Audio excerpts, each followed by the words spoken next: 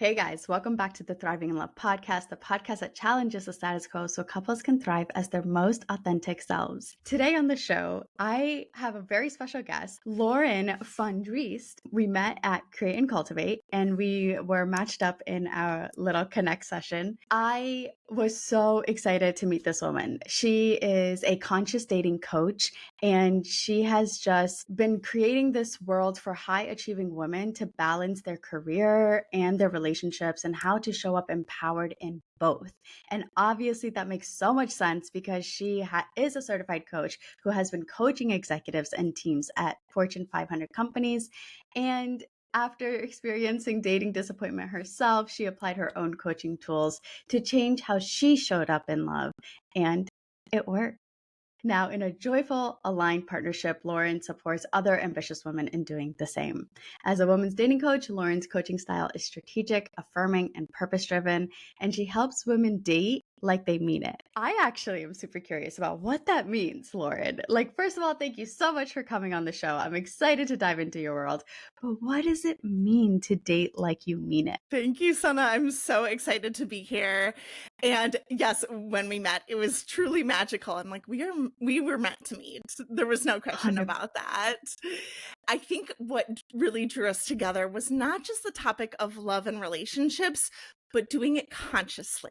And so when I say date like you mean it, I'm talking about going into the dating process with intention. So many of us just date to date. We're just on this trajectory of swiping on apps, going out on dates, just seeing if there's a match, a vibe, a chemistry, without really stepping back to say, what do I actually want in a relationship? What kind of values do I want in a partner? How do I want to feel when I'm in a relationship or even feel in the dating process? And So true. we let so much of it just happen to us. It ends up feeling really disempowering. And my mission is really to empower women to date more consciously with that intention to create the relationship that they want. And I think a lot of women may not also remember how much power they have in the dating world because they think like, oh, like we're just responding to how the guy I know we're talking about very traditional heterosexual relationships right now, but in the context of them, where it's like, if he responds, then we move forward, or like they also don't feel empowered to even question, like, did I like him? Like, did I enjoy this conversation? Did I feel good in his energy and in his presence? And instead, we're just so, I think it's like the Disney programming or something that gets us into this energy of like really wanting to be chosen, even if the guy isn't worthy of us. Yes. There's so much cultural programming around this. And I've started using the tagline, stop waiting to be chosen and start choosing with purpose. Oof, so Oh, good. right? Take your power back. I mean, so many women are choosing their careers intentionally. They're Yeah. up leveling their self development. They're taking control of their mental health. They're creating the friendships that they want. Yet it feels like we're falling behind in creating the relationships. So Why? that's Why is that? why. Oh, so many answers to that question. I think it truly is just so much cultural programming ever since we were little around what a traditional heterosexual relationship should look like. And the beautiful thing about creating and being a conscious co-creator of your own relationship is that you get to decide what it looks like, what it feels like, and how you set that up, right? I think we can both relate to this from our own personal experiences. That sometimes requires shaking off layers of cultural programming, family expectations, and really tuning in authentically. What do you want in a Mhm. partner, and how do you want to feel in your relationship? Mm, so good. So is that what you walk your clients through when you first meet? Is that like one of the questions, your intake forms? Walk me through your unique process. Yes, yes. So I actually created a signature framework for women who want to find their life partner. So this is the intention. They're making the shift from dating just to date and it's not working for them. They're putting a lot of energy and effort into it, especially if they're on dating apps. Right? It feels like an energy drain. And they're frustrated, they're confused. Like, why am I not finding a partner that I truly am wanting to build a life with? So it's taking this shift to say, I'm now resetting my dating life to date with intention to find that aligned partner. So this means first, grounding in your self love. Yeah. There's so So much that we can important. do. Yes, so important. There's so much that we can do in a single phase to really build up our own self love, self worth, self trust, self accountability Mm. to go in That more empowered. that accountability part is so important. Can Yes. we go a little deeper into like what that actually looks like in practicality? Like I think that we as high achieving women, especially if we're, at a higher level in our careers, we may think that we are very accountable of our mistakes. We're good leaders. We, are doing the right thing. But what does accountability actually look like? Is it just like owning my own mistakes? And then how is that showing up in the context of relationships? Ooh, yes. Okay. So I would even look at it before the making mistakes or conflict angle. I would look Okay. at it as when you are actively dating and working to find or choose your partner, getting really clear on what you want in a relationship. So, my favorite exercise that I have my clients do, a 2-column list. What are you available for and what are you not available for? And So this is good. in terms of behaviors in dating, mindsets, what their ultimate relationship goals are. So, for example, if you want someone who's very communicative and they're not texting you back, you're no longer available for that. Mm, So, the accountability piece comes in when you've really claimed what you want and you say no to anything that you are no longer willing to tolerate. that Yes. is so hard for people that have been in this mindset of, but he's good in all other areas except this one. So, how do you know when it's like not in alignment versus like when to give more grace? Ooh, that is such a nuanced question. And truly, like, that's where the self-discovery comes in. So If there's true. one piece missing, is it a non-negotiable for you? Or is it something tied to your value system that you want to see in a partner? Or is it something more surface level that you can learn to work with? So I Mm, think there's a lot of nuance in making that decision process. Having this accountability to say, I'm no longer tolerating anything that doesn't align with what I truly want in a relationship. That was the energetic shift that allowed me to meet my husband when I was wow. coming out of struggling with situationships where I was tolerating a lot of poor behavior that was non-committal, non-communicative, people weren't prioritizing me, and I was giving my Hmm. energy, giving my affection, giving my time and priority to people that weren't giving that back to me. And I declared, I want to be with someone who chooses to be with me and only me. And that was the shift. Then I had to say no to anyone who wasn't doing that.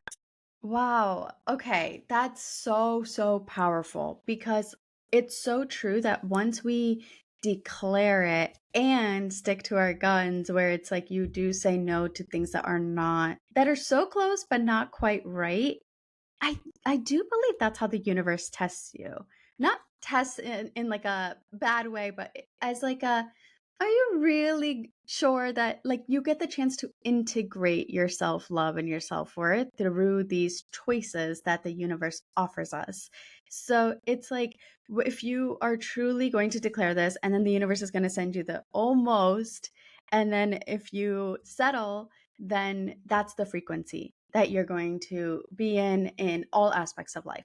But if you, again, stick to your boundaries and stick to your declaration of, I'm actually in the frequency of abundance where I believe that there is this partner out there for me where I won't have to settle for any part of it, because I truly, like, again, same with you. I can't wait to dive into your relationship with your partner, and explore how the difference is between everybody else that you dated versus him.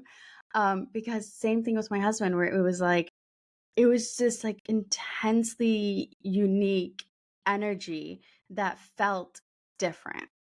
And it was like so easy for me to be like, oh, this is what I've been waiting for. Ooh, yes. Ooh, there were so many things that you said that I would love to dive into around the frequency, the abundance mindset. Let's go back to where women are cultured to be. We are cultured to settle. So much messaging we hear is, oh, don't be too picky, right? Oh, he's got 90% of the things that you want. You'll be fine.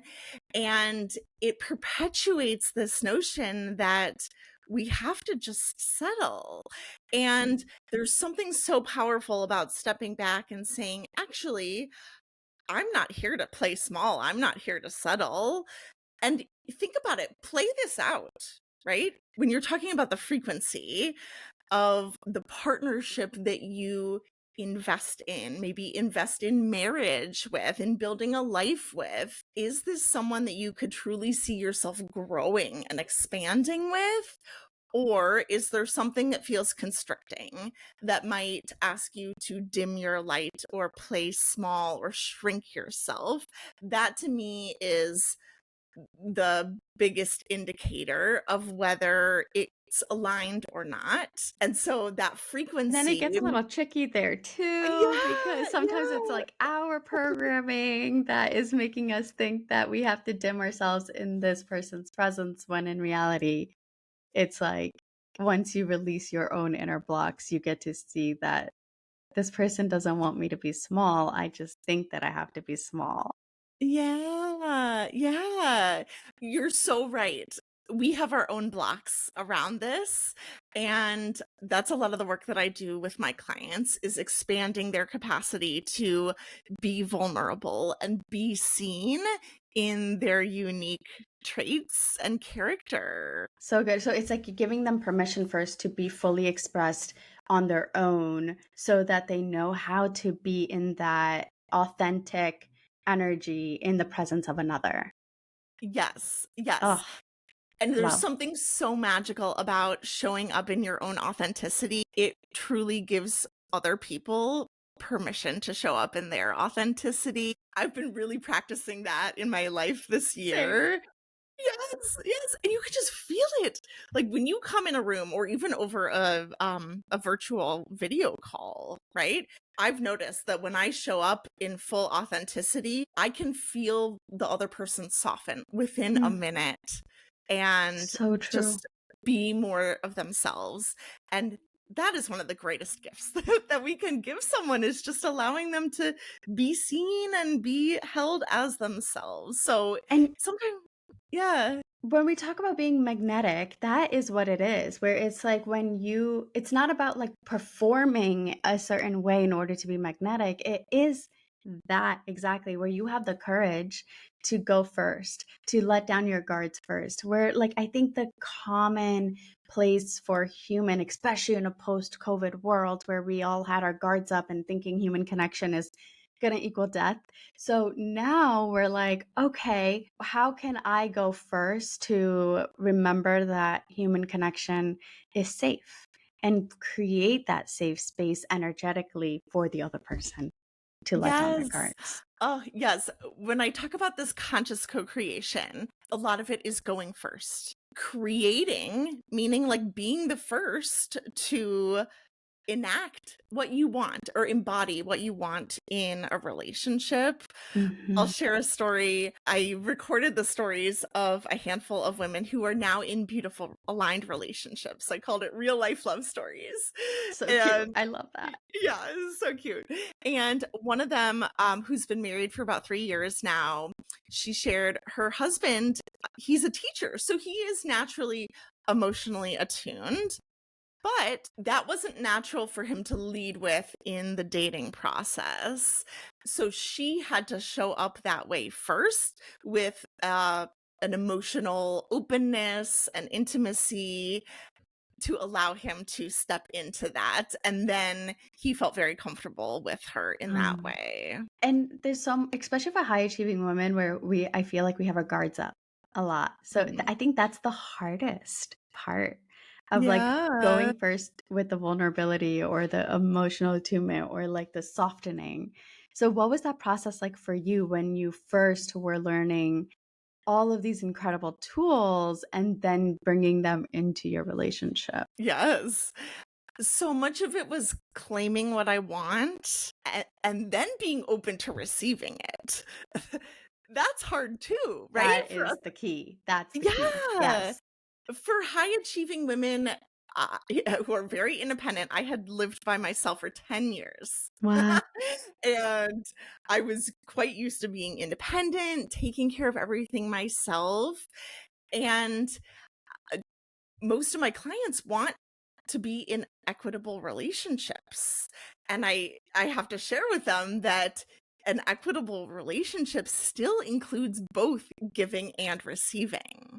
And Yeah. through your relationships, sometimes one of those will feel easier than the other.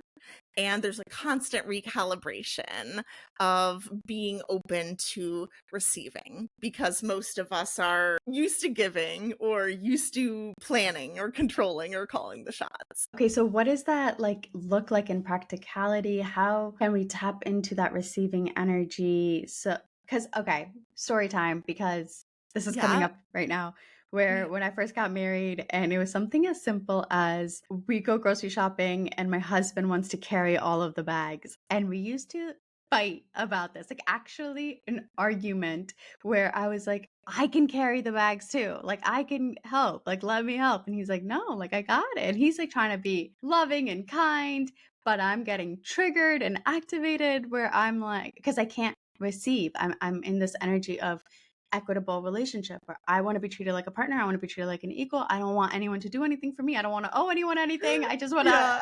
you know? Oof. Yes. It was hard to be able to just simply see him wanting to be in that masculine energy for me and to just simply receive, accept, admire, cherish, be grateful for. Yeah. Thank you for sharing that story. It is such a good real life example of the big and small ways that we are used to blocking ourselves from receiving. Some of the bigger ways come in terms of actually receiving love, actually receiving being seen and understood and cherished exactly as we are. And then on the day to day level, right? Will you let him carry your groceries? So I actually have my clients practice this in their day to day life, even single.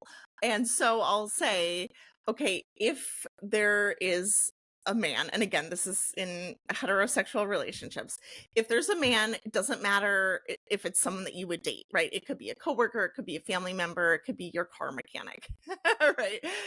If they are offering to help you with something, instead of your default independent, oh no, I got it, I'm good. What if you said, oh, yes, thank you. I would love that. Thank you so much. Oof, that's And so just good. receive it and appreciate it. And it doesn't mean anything less about your ability to run the world. We already know you can run the world, right? but practicing daily these Yeah. little amounts of receiving to expand your capacity to receive, You because know what? that's so important, both the giving and receiving. Yes. Oh my gosh. The most incredible thing about that is also that is how we can experience safety in the world. I Yes. think and it gives like us the opportunity to actually see the glimmers and not just look out for the fear and the obstacles and the all the ways that women are not safe in this world, because the reality is that, like, yes, both truths can coexist, right? Like there's a lot of the stories of, the man or the bear, and like women just feel safer with the bear versus the man. So like what you are saying is, how can we unlearn and like learn how to feel safe in the presence of men again? Yes. Oh, you've touched on something so important here, that both realities exist, right? There are men that we feel unsafe around, there are men that we can feel safe around. Which belief are you giving more fuel to? Mm, So I invite everyone to look for examples, look for your expanders of the people that show you what's possible to help that positive belief system. Whether it's encouraging good men are out there, right? There are respectful men, there are loving and committed men. Find examples of them, show yourself, build up the evidence. It does exist. We just have to know to look for it. and like let the universe know, like, hey, show me, show me. Yeah. Like you're allowed to have a back and forth relationship with the universe as well, where it's like, okay, I'm ready to be challenged in these belief systems. I'm ready to expand to my mindset. Like, universe, like, I'm open, show me that there are good men out there, that there are emotionally available men out there, and that I believe so strongly that our beliefs determine our reality. So if you're willing for those beliefs to be challenged, not in a way of like, I know this is like but the truth is, and there's nothing else out there, but I'm gonna tell the universe to show me, and I'll be like, haha, didn't happen. I knew I was right. But like truly being open to being challenged in your belief systems. Yes, yes. And for some of my clients who are more analytical, very Right. logical, I ask them to keep an evidence file. Like, I love literally, when that. the universe shows you these examples, write it down. Keep a Mm. note in your phone so you are compiling a list of these beautiful examples of the type of men you want to see in the world, the type of healthy relationships you want to see in the world. Then your brain picks up on that frequency and knows to look for more of that. So, so good. I love how you are just factoring in all different types of ways of being, because we are all so individually unique in our process, in our programming, and everything that we bring to the table. So, like, how can we empower women to not follow all of the surface level advice on social media and see that as like practical for them in their everyday life? Because like they may not be that, like they may not need to soften, or they may not need to do the feminine energy in the way that social media tells us to do it. Like, how do we get them to not perform their feminine energy, but actually truly embody their unique feminine essence? Social media is ripe with all kinds of dating advice, and a lot of it is not meant for you. And I Mm. say this like, imagine me talking to like every single person listening to this episode. It is okay if that advice is not for you. Give yourself permission to say, actually, that doesn't sit right with me. Actually, that's not how I want to show up in a relationship. That doesn't feel true to me. Maybe there's a different way. Maybe there's a more authentic way for me. So a lot of what I'd start off with my clients is just filtering through all the advice that they've come in with, or that a meaningful friend or family member has told them, and saying, actually, does that ring true for you? Does that feel authentic for you? Of course, there are always shades of gray in there, But how could we find a more empowering belief that feels really authentic to you about how you want to show up in relationships?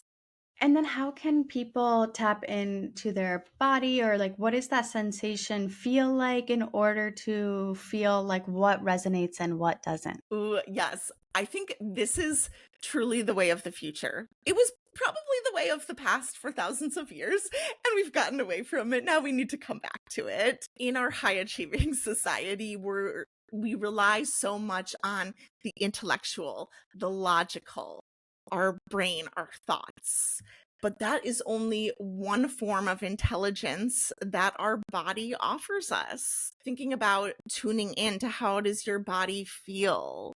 What is your gut telling you? What is your heart telling you?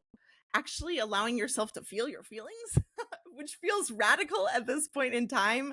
I I honestly, know. I'm a very big feeling person. I have been my entire life. Same. And it wasn't, yeah, so many of us are. And I feel like it wasn't until the past 2 years that I actually developed an acceptance for my feelings. And now I have a ritual of even just a minute in between calls. I'll pause. I'll put one hand on my heart, one hand on my belly, sit in stillness, in silence, and just allow whatever's there to emerge. Sometimes I'll feel things kind of percolating, and processing in my like chest area. And sometimes I don't even know what's behind the feelings or emotions, and that's okay.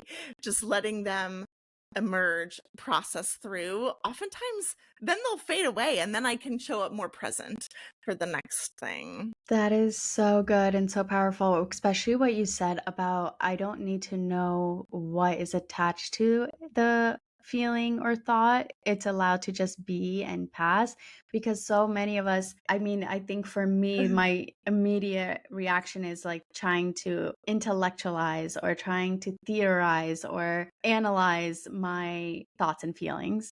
And I try so hard to practice, nope, just let it be, just feel it. Just, I stop trying to make sense of it. Stop trying to understand like what's the root. Let me do the work. Cause I think a lot of us can get stuck in that energy too, where it's like, oh, a feeling's coming up. Where in my past did this come from, so that we can hurry up and, let it go. But you're so right, because that's never worked for me.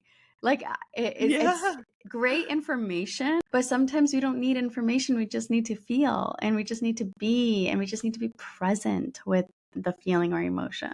Yes. I'm curious what has helped you shift from that intellectualizing into just feeling and letting it be. I think it's awareness of like, what am I doing right now? Am I doing what my parents or caretakers have always done, where they're trying, or my husband, right? Like he's always trying to like fix my problems.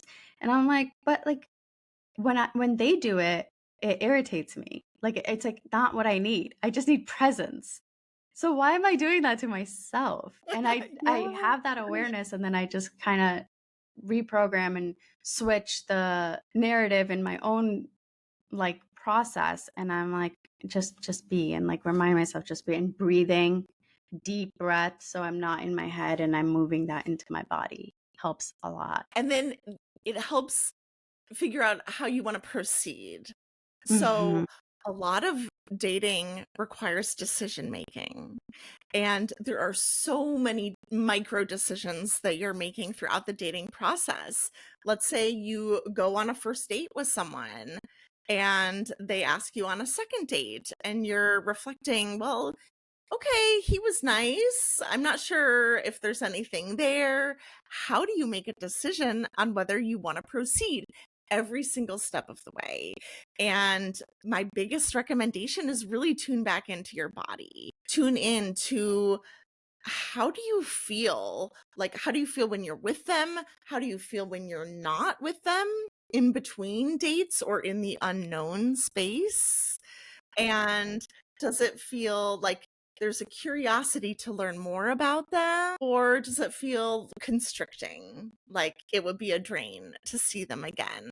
So, really allowing your body to help guide this decision making process one step at a time on how and whether you want to proceed with someone in the dating space. Do you have any rules around like, give somebody a certain amount of chances before making a decision or not? Like I don't what's your process or thoughts on Honestly, that? no.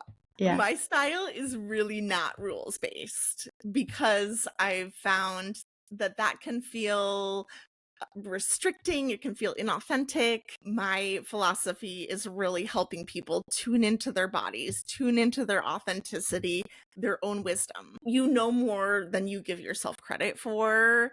And sometimes having a coach or having someone to reflect back to you is really just helping you figure out your own internal compass, what's right for you, rather than following some arbitrary set of rules. Yeah, and then what I notice in my clients is sometimes they have the ick a little too easily Uh-huh.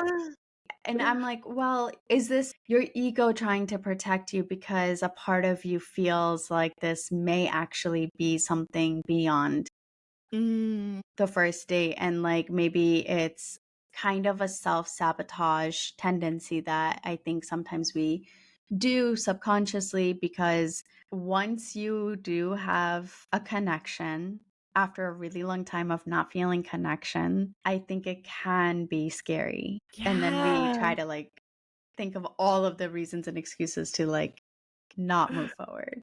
Right, right. And if you're getting the ick, I would ask, is this truly a non-negotiable? Mhm. Or is it something surface level that you're going to forget about a week from now? Really sit with that. That's And to actually your really good point, advice. Yeah, that's really good. yeah, and to your point, right?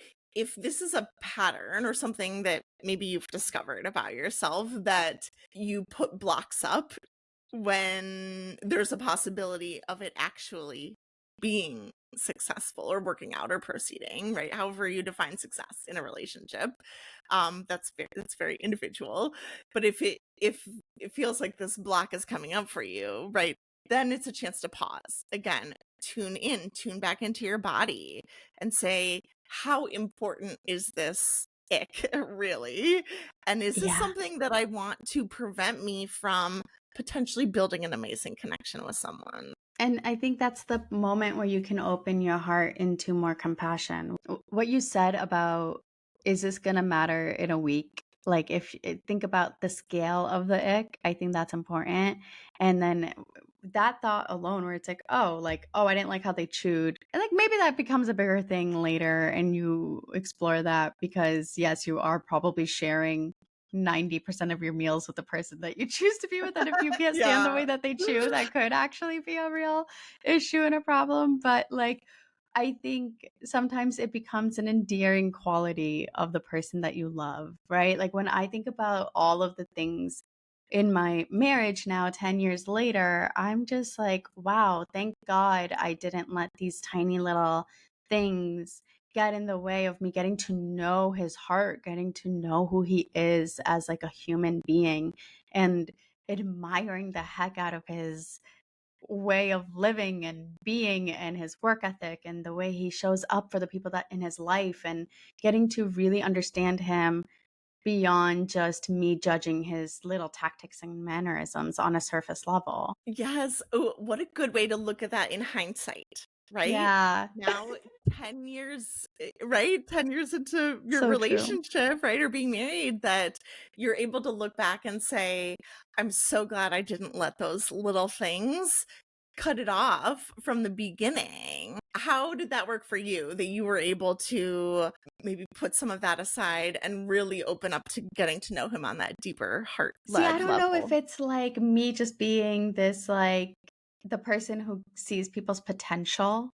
And I'm Huh? like, I don't, I've never really been somebody who like wants to judge someone too harshly. So for me, it was always a little easier, but I notice how it is harder for others who are very,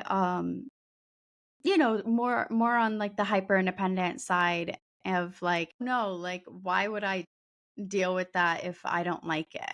It's not in alignment, so I'm just gonna let it go. And like they're quick to let go. I think it's like the difference between avoidant attachment style and maybe a little more like anxious attachment style. So I think in the beginning of our relationship, I was more on the anxious scale. And then through our marriage, I started to notice I became a little more disorganized and like more avoidant. And then I had to learn how to like come into that balance. But I think avoidants tend to want to run and not see the best or see where the moments of connection can happen. And then I think anxious will be more like willing to bypass a few of the things that are irritating them in order to maintain that connection. Is that Ooh, accurate? yes. Okay. Such a good distinction here, right? And a lot of this relies on knowing and understanding your patterns, which some of us can do that on our own. Some of us can find support through therapy or through coaching or having someone trusted to be able to reflect that back to you to Mhm. see what are your patterns in that way. And absolutely, I think the advice is different depending on what pattern you're coming in with, whether you could benefit from maybe giving people a little bit more of a chance, or whether you're giving too much leeway, too much accommodation, and really tuning back into yourself and say, actually, this isn't quite right for me. It's so nuanced. Like, that's why this stuff is so Yes. tricky. And this is another Yes. reason we can't be following random advice online. And we really do need that personalized support so that we can dive into our unique experience because it's so nuanced. I mean, the amount of social media, right, that'll give you advice in every different direction. I encourage women to limit their consumption of that, especially the negative dating stories. Mm, I'm seeing a trend around dating storytelling on social media, and a lot of those are really fueling the negative narrative around dating. And okay, those are their real experiences, right? That happened. But you can choose to, right, give more energy to that narrative and adopt that as your own, or you can choose to maybe limit that media consumption and actually just go out into the world. Honestly, I'm finding such a shift even for myself in the energy of getting caught in a doom scroll and thinking the world is on fire. And then I actually yes. go out and go to an event where there are lots of people and they're smiling and they're laughing and they're engaging with each other. And I'm like, actually, the world is great when we open ourselves up to that connection. So there's such a shift of putting ourselves back in those in-person spaces, talking to strangers, Yeah. making eye contact with people. It feels almost foreign to so many people at this point. Like, how do I talk to a stranger? But that is the shift, Yeah. is go Oh my back to gosh. the in-person. I think that's the most important advice. If anyone listening right now, I believe in-person communities and connection so much because we are intuitive, energetic beings, and like you don't get to feel that connection through a social media post or even like text messages. Yes, you feel good, but it's not that true depth of connection. And this is why I am starting to think that like our nervous systems are getting to a place where we are more scared of being seen and being vulnerable and being in the presence in person versus online. It's easier to wear the mask or hide behind certain things. So, what are some like tips? Is it like what would you recommend for like a person's first in-person experience? Like, do we go straight into like, a sporting thing or like, are there ways to like lean into it? Like, what would you recommend? Yeah, yeah. I would first want to understand what your starting point is, right? Yeah. Like, are you, if it's in a dating standpoint, are you regularly dating people now? If the answer is no, then start small, incrementally, rebuild your comfort level of just going to spaces where you'll be around men, women, right? All kinds of people. Make eye contact, say hi, right? At the most simple level, Yeah. just practice contextual conversation in the moment, Mhm. right? There's always, you don't need like a pickup line or an opening line, right? But simple things like, oh, this flatbread on the menu is really great. Like, have you tried that before? Or, oh my gosh, have you seen this band before? Have you tried this coffee before? Really keep it so simple. It just opens up that you are available for them to talk to you, right? Just a So simple good. opening. Mhm. That's at the start, that I would start with that. If you are someone who is actively dating and wanting to meet more people, I would definitely recommend going to singles events. I have seen a resurgence over the past couple years. They are not what they used to be back when I was going to speed dating 15 years ago. Oh Now my they have gosh. curated speed dating. They have all kinds of mixers. I live in Chicago, and so I'm always recommending Chicago dating events to my clients. Some of them you can even bring your dog, right, and connect So over cute. being a dog parent. Yeah, which is actually a really big part of people's lives. So I love that Yes, they do that. That's so cute. yes. Yeah, I agree. And like, how can we make dating events better though? Like, can you tell me about how they were before and what actually makes them better now? Oh, yeah. I think, gosh, I mean, I tried everything when I was single. So I was going to speed dating, have a lot of horror stories coming out of that. Goodness. I would sign up for like different social clubs. I think people just weren't really as intentional about like trying to meet each other, and so I never came out with any connections. So a lot of it is like the intention that you go in with. But I'm seeing new startups, new companies that are specifically around more intentional dating, more intentional singles events. So seek out some of those in your city and go in with the mindset of just being open to whoever Yeah. you meet, whoever you make a connection with. You may or may not meet your future partner there, and that's okay. I think some of it is just going in with a little bit of detachment to the outcome and just being open to connecting with people and being present. Yeah, I love that you said that, the attachment to the outcome, because I think a lot of us go into a date and we're like, "Oh, I can't see like a future with this person, so I'm not going to go on a second date." Why are we putting so much pressure on this first date? And how can we not do that? So, like, I would say you don't necessarily have to make a decision at the end of date one, for example, right? Mhm. Every opportunity is a chance to decide, how do you want to proceed? And so, again, that's where you tune back into your body, and say, you know what, if you're unsure after date one or two, but you do have some curiosity to see them again, you're open to learning more about them, maybe think ahead of time, what do you want to learn about them that might help you come closer to making a decision? Mm, Is it a certain feeling that you want to get with them? Are there certain questions that you might want to ask them about their lifestyle or their values? So it is kind of this like give and take, like proactive and reactive approach to really give yourself the freedom to, like, you don't have to make a decision right after a first date. You can yeah. just make those little micro decisions every step of the way. What a fun way to also go into a date when you're like, "Oh, what do I really want to know about this person?" And then you're like already showing up with that excitement and that positive energy of wanting to get to know each other on a deeper level, or like on a more intentional way. And instead of like you said before in the beginning of the podcast, of going with the flow and just like showing up and being on autopilot, like, sure, I'll date, sure, we're meeting, but like before the date, take the 10 minutes to be like, what do I really want to know about this person? And being intentional when you show up, excited to get to know those answers. And then you go in like actually pouring into the date instead of just letting it be and letting it flow. That comes back to the intention, right? So Going good. into Yeah. dating is a process through which you find your life partner. right? If you're Mhm. treating it with that intention, then yes, it is helpful to have a little bit of a thought before you go into the date.